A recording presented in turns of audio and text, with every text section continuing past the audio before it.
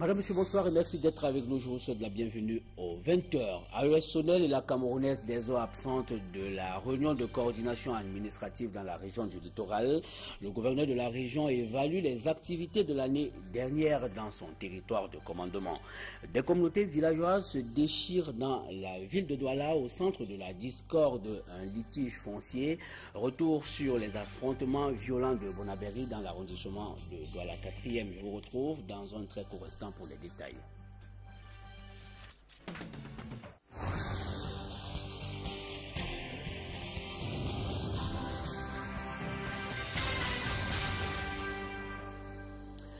Une fois de plus, madame, monsieur, merci de nous retrouver sur le 20h. Quelques faits de société à l'ouverture de cette édition. D'abord, cet important incendie dont les causes véritables restent inconnues, même si l'on continue de surfer autour du retour brusque de l'énergie électrique après délestage. Le feu s'est déclaré ce jour dans une quincaillerie au lieu-dit douche municipale dans la ville de Douala. Si on ne déplore aucune perte en vie humaine, on note cependant d'importants dégâts matériels. Des détails avec Johnny Mpek et Pierre Laverdu-Rombang. C'est aux environs de 12 heures que les flammes se sont déclenchées dans un coin de cet immeuble.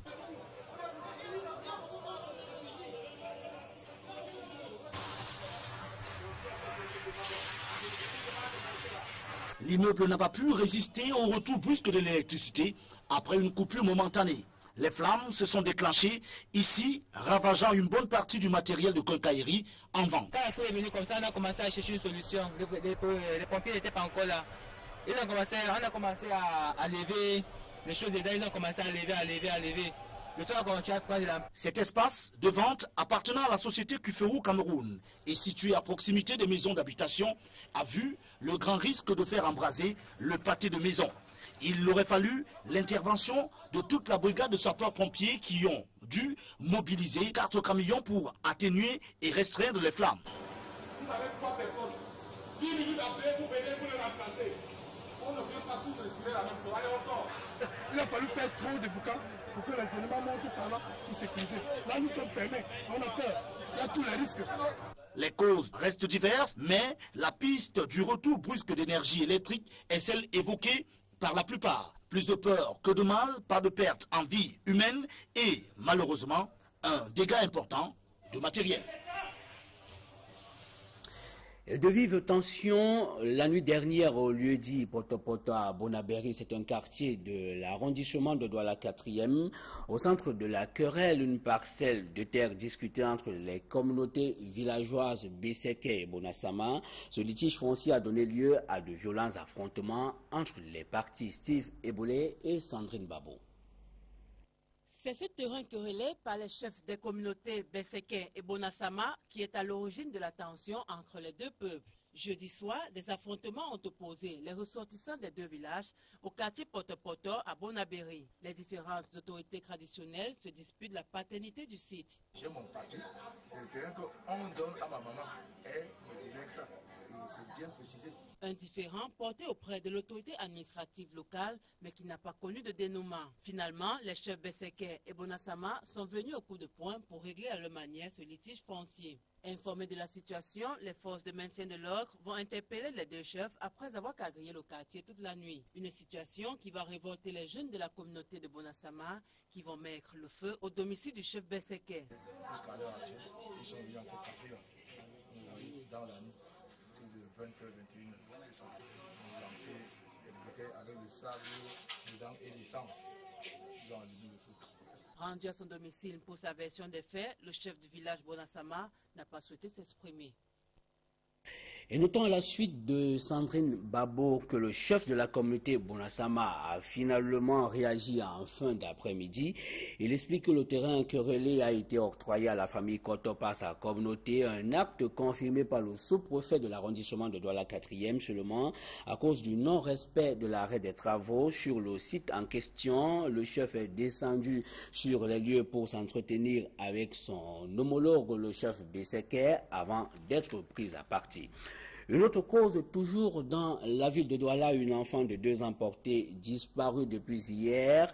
Les recherches engagées par ses parents restent jusqu'ici vaines. La petite Achantine Dokmo était accompagnée de sa sœur de 7 ans lorsqu'une femme l'a enlevée après s'être présentée comme étant la copine de sa mère. Jusqu'ici, c'est l'impasse des détails avec Eric Ouattad et Flavien Valondongo. La petite Darlène que voici a presque perdu le sommeil. Âgée de 7 ans, elle est troublée par l'enlèvement de sa sœur cadette, Achantine Dokmo, âgée de 2 ans, par une dame qui s'est passée pour la copine de leur maman. Elle a retiré l'enfant sur mon dos. Elle a dit qu'elle va partir à l'enfant chez la boutique. Elle dit qu'on passe ensemble. Elle a dit que non, moi-même, je reste ici. Elle voulait traverser la route. Elle voulait la quitter si elle a traversé la route. Elle n'avait pas traversé. Qu'elle m'a ici, elle est partie avec l'enfant.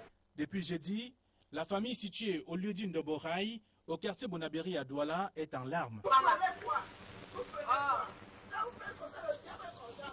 Darlène, qui se rendait à la boutique en compagnie de sa sœur cadette, se souvient encore du lieu du kidnapping. Elle faisait quoi si elle voulait traverser la route? Quand elle est assise, elle est partie avec l'enfant. Aussitôt alertés, les parents ont engagé des recherches pour tenter de rattraper la présumée voleuse d'enfants. Nous sommes rentrés maintenant dans les quartiers, on marchait partout pour chercher l'enfant, mais on a cherché toute la nuit en vain. L'enfant recherché par tous a un caractère particulier. Elle a un teint clair, elle n'a pas les cheveux sur la tête. Quand vous la voyez, croyez qu'elle parle déjà, elle fait dans la maternelle. Elle parle un peu. En pareille circonstance, même les 100 fois s'en mêlent. J'ai encore essayé, je lui ai encore demandé si l'enfant c'est un garçon ou une fille. Elle m'a dit que c'est une fille. Comment elle est habillée? Elle m'a dit que l'enfant était complètement habillé. Après 30-45 minutes, après, il m'a encore bipé une seule fois. J'ai relancé maintenant le numéro, jusqu'à présent, ça ne passe pas. Le phénomène d'enlèvement d'enfants refait-il surface dans les grandes villes du pays? La question mérite d'être posée. Et un appel à plus de vigilance reste démise.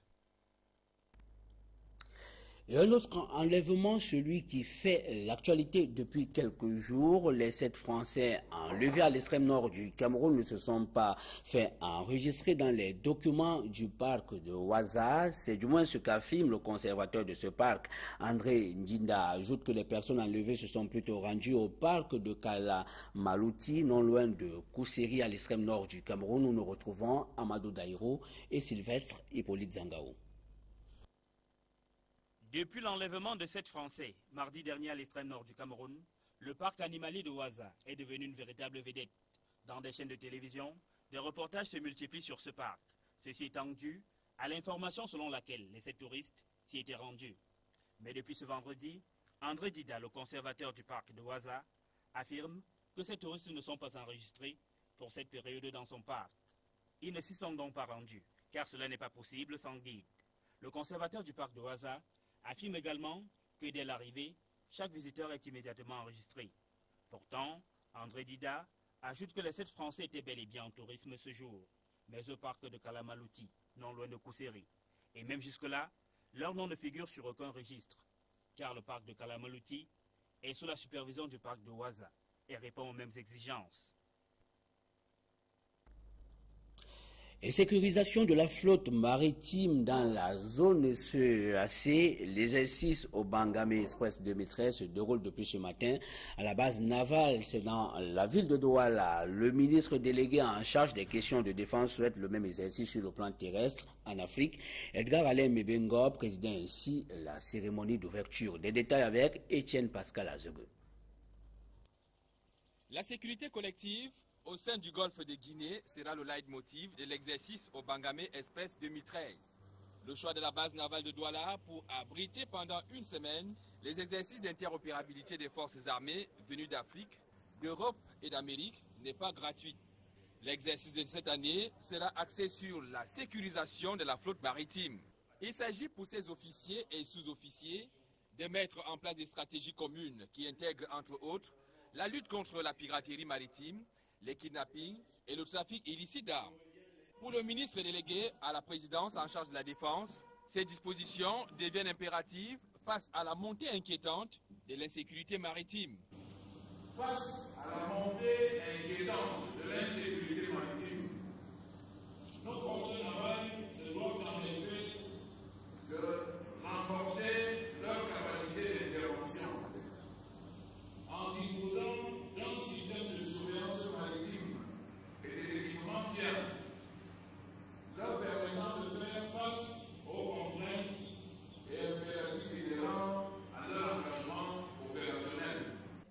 initiative du commandement militaire des États-Unis pour l'Afrique vise ainsi à soutenir la montée en puissance de la force africaine en attente. Il y a certes urgence à mettre sur pied des plans sécuritaires sur la zone maritime, mais il convient de mentionner que ces mêmes dispositions devraient être prises sur le plan terrestre, qui est également exposé au trafic de tout genre. Il fallait déjà débuter sur le plan maritime, et je suis d'accord avec vous que sur le plan terrestre, il y a des menaces de sécurité qui se précisent, et il va falloir également imaginer des exercices pour renforcer la mutualisation de nos capacités opérationnelles. C'est la deuxième fois en l'espace de 2 ans que le Cameroun abrite ces types d'exercices, ceci sous la supervision du général de corps d'armée René-Claude Meka et du contre-amiral Jean Mendoua, commandant de la base navale de Douala. Et comme annoncé en titre, AES Sonel et la Camerounaise des eaux étaient absents aux travaux d'évaluation des activités 2012 dans la région du littoral.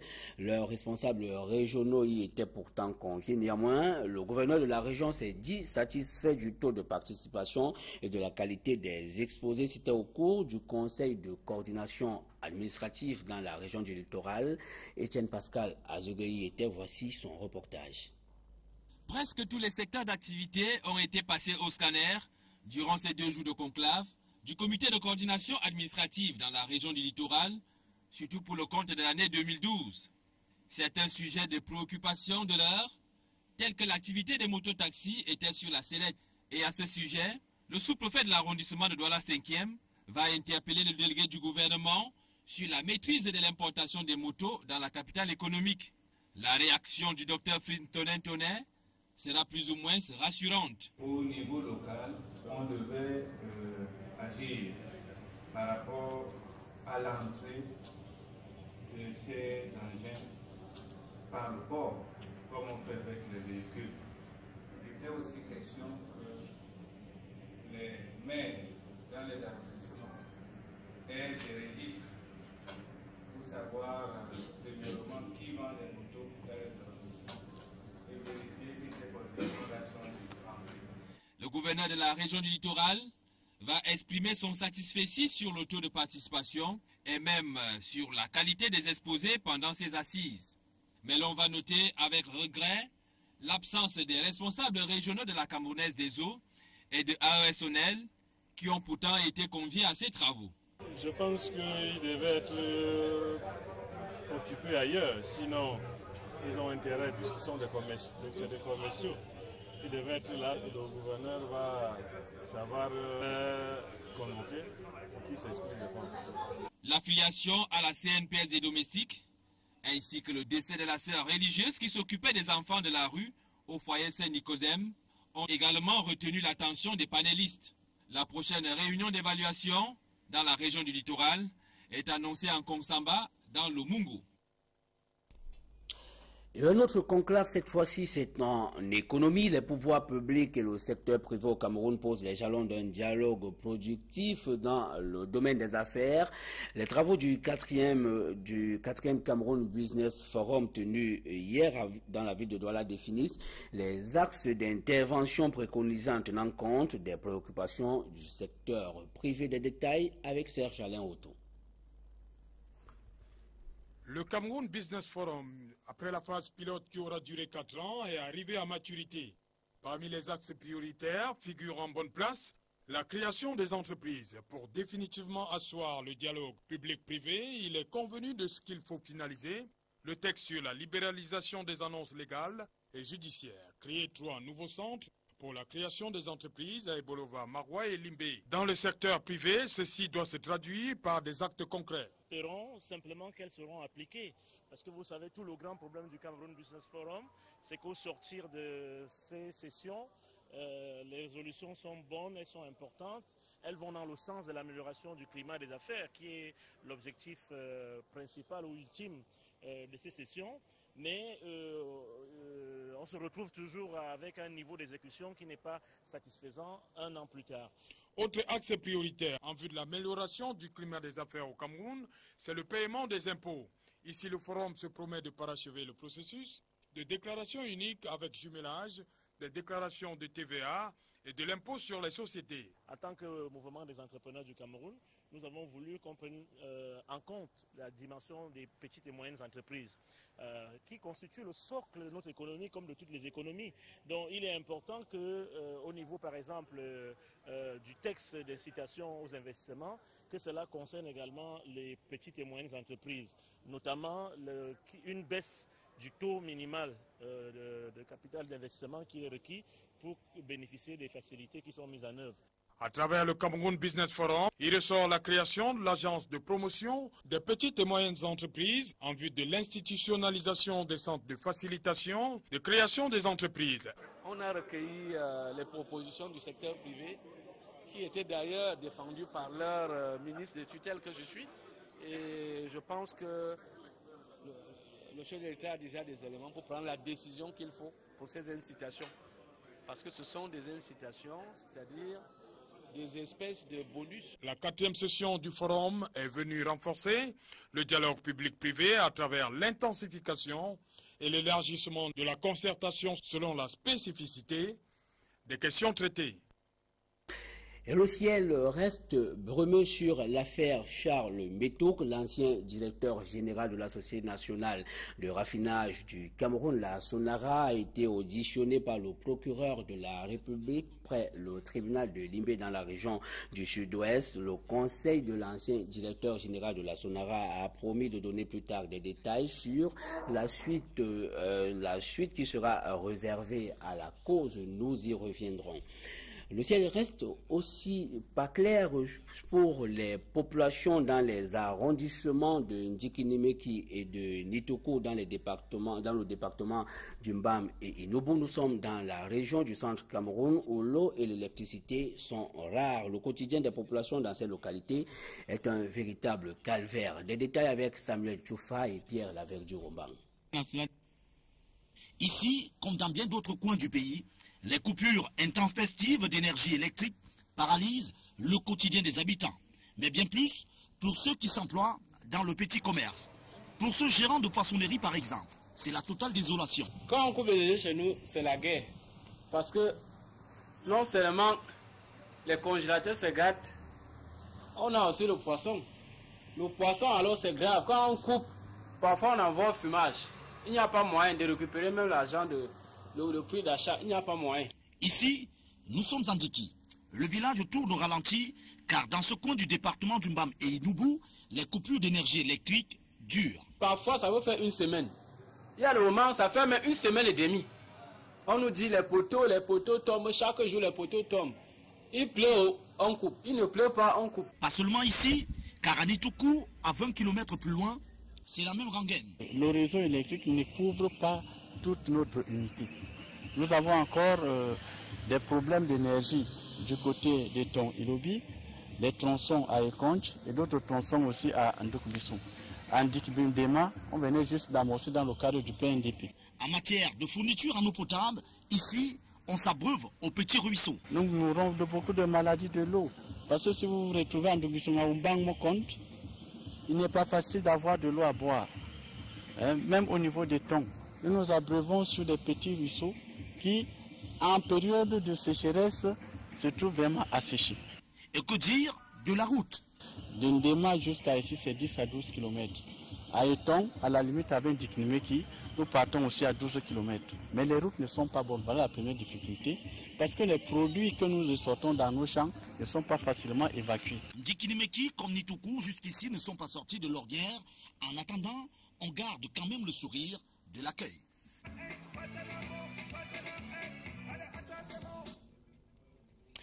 Voilà l'actualité au-delà de nos frontières en une seule escale et c'est une note. Oscar Pistorius a obtenu la liberté sous caution. L'athlète sud-africain qui a accusé d'avoir tué sa compagne le 14 février dernier était devant les juges ce jour. De l'information publicitaire pour refermer ce journal. Les populations de l'arrondissement de Douala 5e ont désormais une boutique Canal+ où elles peuvent désormais s'abonner. Cet espace commercial a été inauguré ce jour au quartier Koto. C'était en présence du sous-préfet de Douala 5e qui accompagnait à cet effet le staff de Canal+. Reportage. Canal+ Cameroun poursuit l'extension de son réseau de distribution à travers le pays. En partenariat avec un de ses distributeurs agréés, le groupe de télévision en qualité numérique ouvre sa 21e boutique, baptisée Djaba Madoumnia au lieu dit Koto. Implantée dans l'arrondissement de Douala 5e, l'honneur revient à l'autorité administrative d'inaugurer cet espace commercial. Nous venons de voir que c'est des produits de meilleure qualité. Enfin, nous confirmons que c'est des produits de meilleure qualité. Et c'est pour ça que nous tenions à encourager, n'est-ce pas, cette entreprise qui ne nous livre pas la papoutie, mais des produits de qualité excellente. Pour la direction générale de Canal Plus Cameroun, l'ouverture de cette boutique vise à rapprocher les produits Canal des populations. Ce qui est important pour nous, c'est qu'il est présent dans une région qui n'était pas couverte, pour laquelle il y avait une forte demande. Et c'est vrai qu'aujourd'hui, beaucoup de personnes de la région des Coteaux, donc des quartiers, mettaient pratiquement une heure pour aller dans le centre de Douala, pour pouvoir se rabonner ou s'abonner. Alors que là, à proximité, ils auront maintenant dorénavant une boutique de qualité et de service on va dire à 2 minutes de chez eux, quoi. Et l'intérêt, c'est d'être le plus proche de la population et de les accompagner par le service, mais bien sûr aussi le prix et la qualité. Le responsable de cette boutique Prestige se dit satisfait du partenariat noué avec Canal+. Le message tout de suite que nous pensons partager avec la population de la 5e, c'est de leur dire la proximité, nous ne la parlons pas seulement, mais nous la vivons désormais. C'est tout en cœur que les habitants de Douala 5e apprécient la mise en service de cette boutique de proximité. À Canal, les offres n'ont pas changé, le kit matériel à 25 000 francs CFA et la parabole offerte. Madame, Monsieur, merci de nous avoir suivis. C'est la fin de ce journal. Restez connectés sur les programmes d'Equinox Télévision. Excellent week-end.